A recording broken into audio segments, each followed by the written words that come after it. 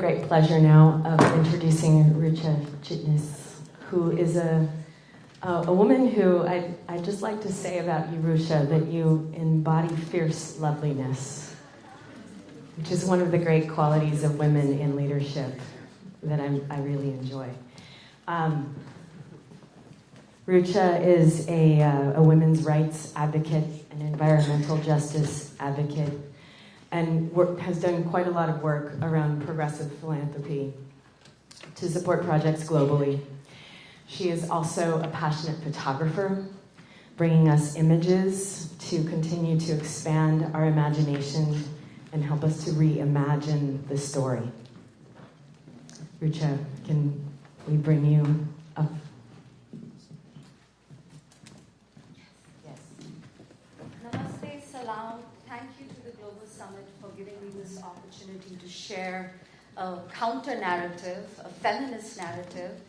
But first and foremost, as we gather in the homelands of the Avalones and the coastal Miwok, I first want to thank my Indigenous teachers, both in my motherland and Indigenous women globally, who continue to help me to learn and unlearn and reshape my thinking about the power and agency of women's work.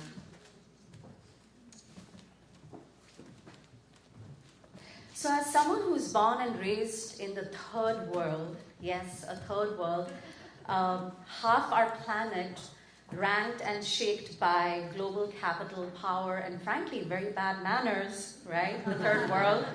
I seem to pay a lot of attention to narratives, particularly to narratives from a Eurocentric gaze and an ethnocentric gaze, and how the power and agency of women, millions of women in the global south, how that is often reduced to this monolithic entity in the face of this incredible diversity of perspectives, experiences, wisdom.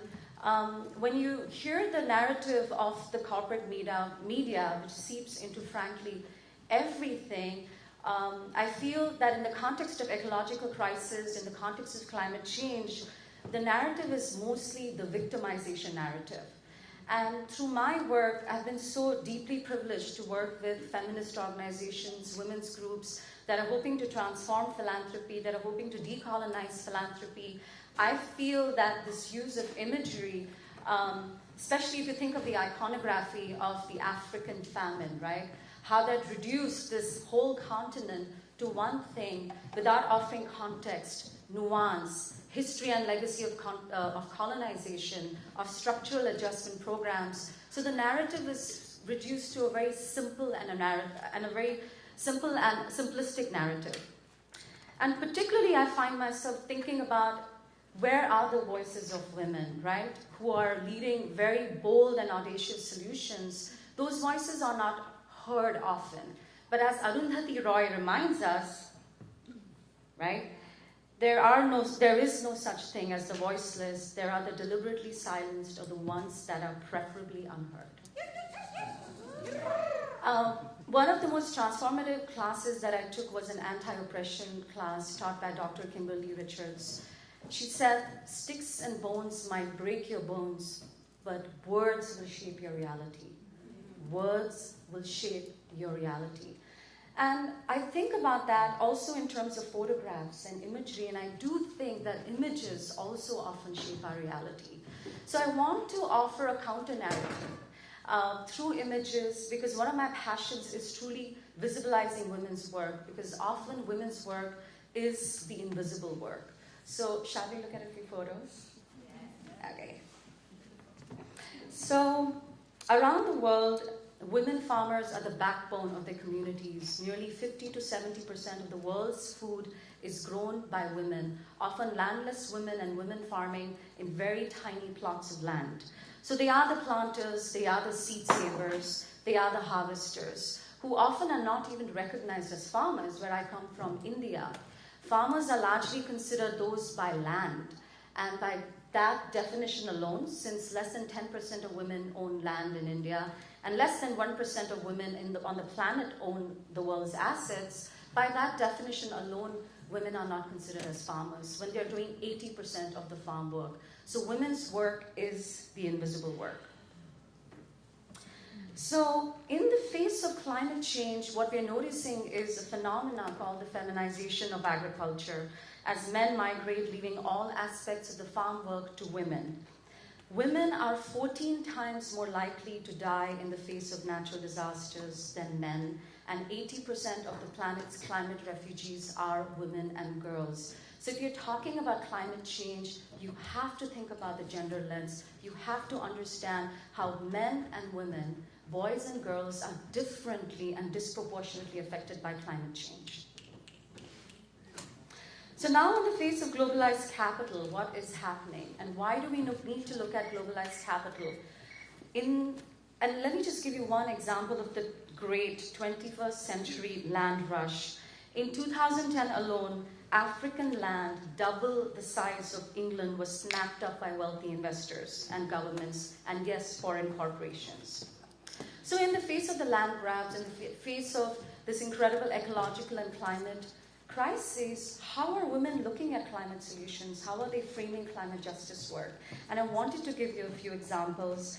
Let's start with my homeland in India, particularly with the state of Jharkhand. So the Indian state of Jharkhand, which means the land of forests, is the birthplace of hallowed history of legendary tribal uprisings. In the 18th century, Santhal tribal leader Tilka Manji seated one of the first tribal revolutions against the British oppression. This history remains unwritten in the mainstream Indian history books. So as Indians, when we grow up, we don't hear about how Indigenous people were very much on the first ones to rise up against the brutality of the British Empire. So Jharkhand is also a land of incredible, unparalleled mineral wealth, where millions of tribals, more than 7 million, have been displaced to make way for dams, mines, steel. Last year, I traveled to Hazirabad, a coal mining belt, visiting an amazing organization called Chota Nagpur Adivasi Seva Samiti.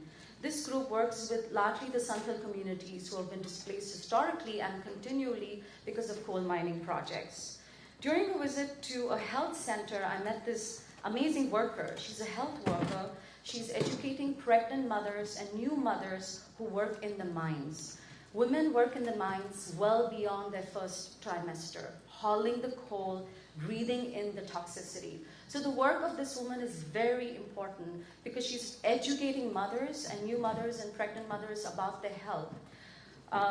One of the things that was really moving, we went to this mining zone, and she stood there and she said, "My village is the next to be displaced." So, and nothing can be done because these leases were signed maybe 30 years ago. And so besides educating mothers, she is now part of organizing people from her community to demand for just rehabilitation and resettlement. So here's one woman, approaching this huge problem from a multi-pronged approach, as an organizer, as a teacher, as an educator. During the same trip, I was so excited to meet the Indigenous women who were part of the Save the Jungle Forest, the Jharkhand Jungle Bachao Andolan. And women are, again, on the front lines protecting their forests. And here what they're doing is they're translating a very complex act, the Indian Forest Rights Act of 2006, which gives incredible ownership to Indigenous people to safeguard their territories. They are translating this act from English to their native languages, and they're going village to village, educating communities. So this is a strategy that they're using, legal awareness training and political awakening, because they understand that if climate change is happening, land security and territorial sovereignty is absolutely key to increase their resilience. That's another way in which women are protecting their communities in the face of climate change. I am such a huge, such deep respect for this organization. The Tamil Nadu Women's Collective in southern India works to organize the leadership of Dalit women, the untouchable women, coming from one of the most stigmatized communities in India. They work primarily with women farmers. And so this collective, what they have done, it's completely revolutionary, and it's important to tell the story. Because when you think of Dalit women, you think of helpless women who are victims of a certain process of the caste system. But here is how they are reclaiming their power. So this collective began in 1994 with a handful of women. It has grown to 1,500 villages, and there are nearly 60,000 members. The collective members, they focus on ecological farming. They focus on creating seed banks of native drought-resistant seeds, such as millets, which use very little water for irrigation. So these are important seeds. These are our native seeds that were lost. We lost respect for our native seeds in the face of climate, in the face of the Green Revolution. And what's really important is how they're using political awakening as an important tool to emancipate women and to empower women. Now here is a number that should make you jump with joy. At least it makes me really happy. By educating women on their political participation, Dalit women, the untouchable women, through training, through capacity building and leadership program, nearly 1,000 female members ran for state and local government offices. 1,000. And 500 were elected.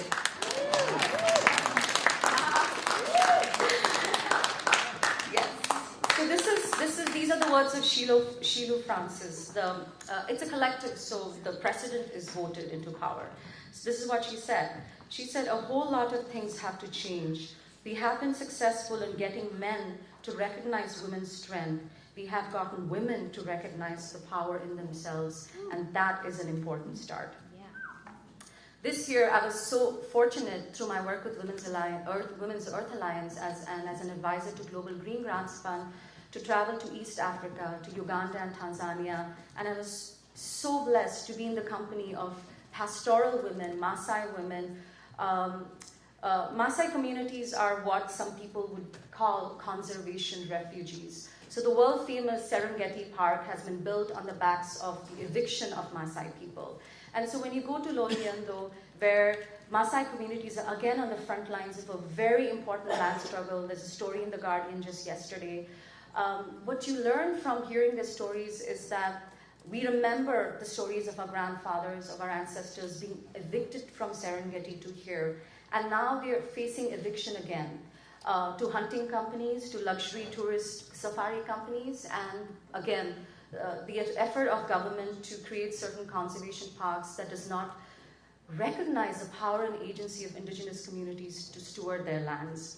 But pastoral women had a significant victory last year after a 3-year struggle, and they won. The issue is back again in the news, so there is an ongoing struggle. But it's so important to recognize how Maasai women, again, by building unity within their communities, and through this crisis, there was a sudden flowering of women's leadership.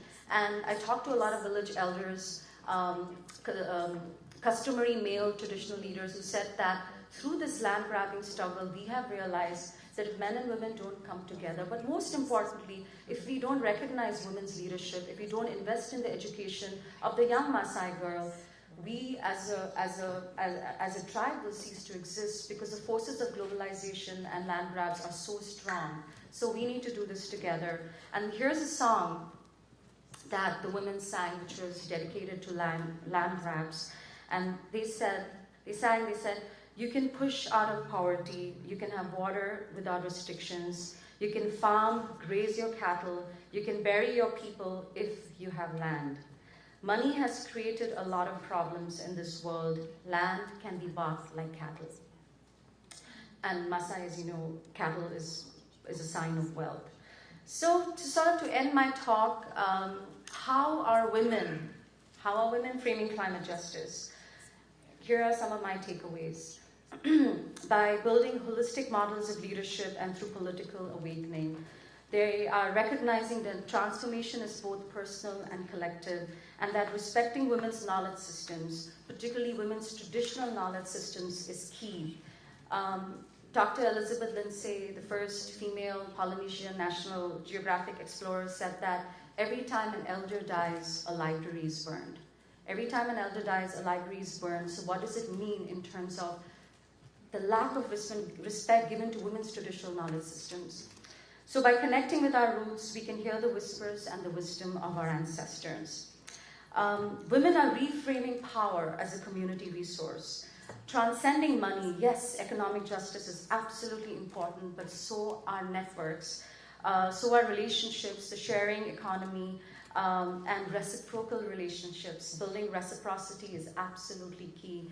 By giving to you, I receive as well. And political awakening, I just shared some example. So going back to the counter-narratives, these counter-narratives, where do they live? They live in the stories, in the dances, in the folklore of women. They live in community seed banks stewarded by women. They live in women occupying politics. They live in communities' ongoing decolonization efforts. These counter-narratives live in biodiverse farms, in resistances, and in social movements that connect. And thank you very much. And I'm just going to end with a poem that I wrote. Do I have time? Yeah. Okay. Democracy has spoken. Okay. All right. This poem I wrote very recently. It was inspired by a woman project, and this amazing male artist, Nick Randhava, has been making these beautiful works of art, documenting the sketches of women's rights advocates from around the world, women of color, and so this is a poem inspired by his work and the feminists who inspired me, and it's called She Says. She says she isn't savage and dangerous. She says the truth is savage and dangerous. She says she's a small crack in the wall of patriarchy, and more cracks are configuring as women own their power and their psyche. She says the master narrative wants all Palestinians to look like the enemy. A lot is at stake as a counter-narrative shapes. She says migration is a human right and that we must fight this corporate beast that expatiates and brutalizes with a muscled fist. She says that if corporations are people, then some of them should be in jail. There will be no bail, their greenwashing agenda will fail. She says there is no hierarchy of oppression. Thank you, Audre Lorde. And she says democracy is a masquerade when truth is treason. She says she doesn't need to be saved from brown or black men because white supremacy is still very real, as is the war machine. She says that we can see the world anew by rewinding time, and by deepening our roots, we hear the faint whispers of ancestors. She says, saviors, you may retreat because she exists. She says she is a protagonist. Thank you.